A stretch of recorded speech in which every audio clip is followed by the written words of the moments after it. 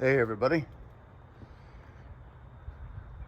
With the completion, or not the completion, but the really close to being complete status of these fuselage extensions, she's really starting to look like a B-36.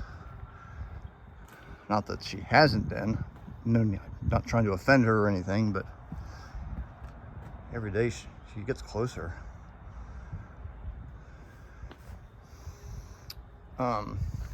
Yesterday, the only thing I got done was installing these fairings, rear fairing walls, I guess you'd call them, on both sides. It's one of those parts of the project that I had my radar on for a very long time, but I was very reluctant to do it because I knew it was going to be hard. But essentially everything that I do on this thing is hard. Nothing is easy. Even the seemingly most simplistic things are turned into having to have 17 tools and 70 feet of extension cords and, oh golly, just everything. One thing I have done for this video is I've reinstalled my lighting panels for both the pilot and the aircraft commander. I keep them out for obvious reasons. Those things would be rather expensive if I were to make them out of vintage parts. They're actually made out of cast resin. Each one of those little bulb holders is about $5 a piece. The rheostat potentiometers, you know, 20, 30 bucks a piece times 3, and then 10 bucks a piece for those fuse holders. A lot of people over the past few years have asked me if or why I did not get those engraved to illuminate them. There you go, cost. I mean, you know, that lighting panel, that lighting panel, that lighting panel, and up over here in the jet console there's a big lighting panel and a smaller lighting panel. So all of those would have to be, you know, have to have the bulb holders and all the lighting, the transformers, the just on and on and on. And I'm not made out of money. There's another lighting panel.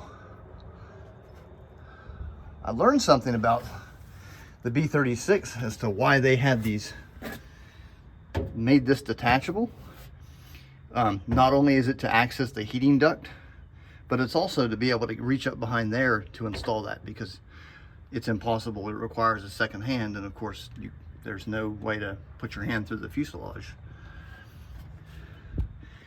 That right there is a can't think of what it's called. It changes the air. It's a really simple thing, but it's fancy in the flight manual. There's going to be a big handle right there. You can see you'll be able to select from cabin heat, and this is to defrost the actual pilot's enclosure or canopy, which is really complex. And there's going to be another one of these right here, which I think will allow you can switch between 100% of the defrost air to either the flight deck or the lower bombardier compartment. Just so you all know, these things are fully functional, and they also allow for the brakes, all 4 of them. Eventually they're going to be linked with their proper linkage, and the control columns and yokes are going to be linked into the flight deck, so they're all going to be fully functional. Once again, if I had engineering drawings, everything would be fully functional.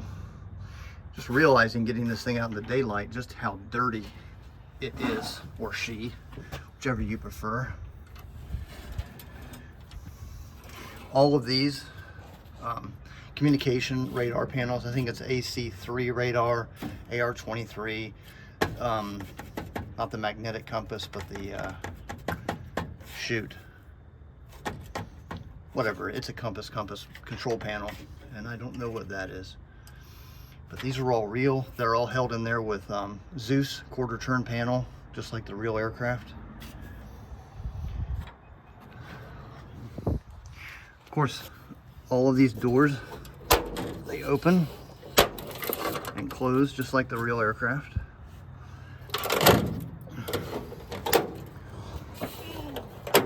Oh. Everywhere there's applicable Zeus channel, it's installed. These 4 corners. Next video or so, I'm going to reinstall my data plate and my warning placards and my compass, not my compass, my ground wheel indicator. You wouldn't want to have your ground wheel all the way left when you were landing. That would cause a very messy accident.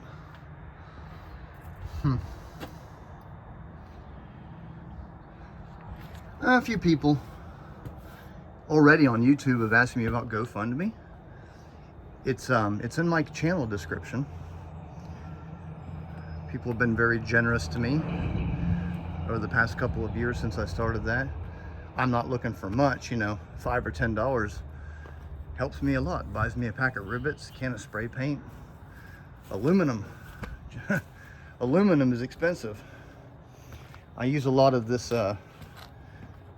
angle aluminum, I guess you'd say, for these areas. You know, you're talking, golly, probably about $10 a foot. And I got a lot of working to do. So I really appreciate when people help me out with that stuff.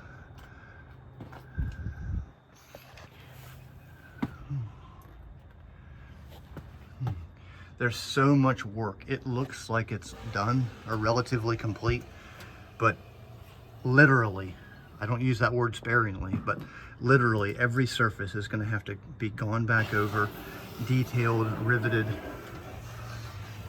These are probably going to be angled, not angled, but curved just a little bit more with heavier aluminum. I'm not quite thrilled with the way they look. They don't look perfect, and they have to look perfect for me to be happy. There's so many details I could walk around and point out. Like, I made these from scratch. And the Astrodome foals. There's 3 of them. Concerning the details up here in the Astrodome that I've yet to make, there's like a mount here for either the right-hand side or the left-hand side for a big arm that goes up to allow for the astro compass. And there's also a bridge that goes across for the compass and for the sextant as well. So there's still a considerable amount of work up there on the Astrodome to do. Well, by the way, in case you guys don't know this, I try to use the real thing. I mean, these are all real from the correct nomenclature. They're Heartland 5200s. That's what the B-36 used. These are real. All these are vintage. All of these are vintage with the exception of these 4. These are real T18 T boxes. I'm going to explain those in a future video. But before I found those, I made 2 replicas from looking at pictures. I found 1 gauge. I've yet to replace the other. No big deal. But these are reproductions. I was quite pleased with the way they turned out from just simply looking at pictures. But thank you guys for tagging along and subscribing. And I'll see you next time.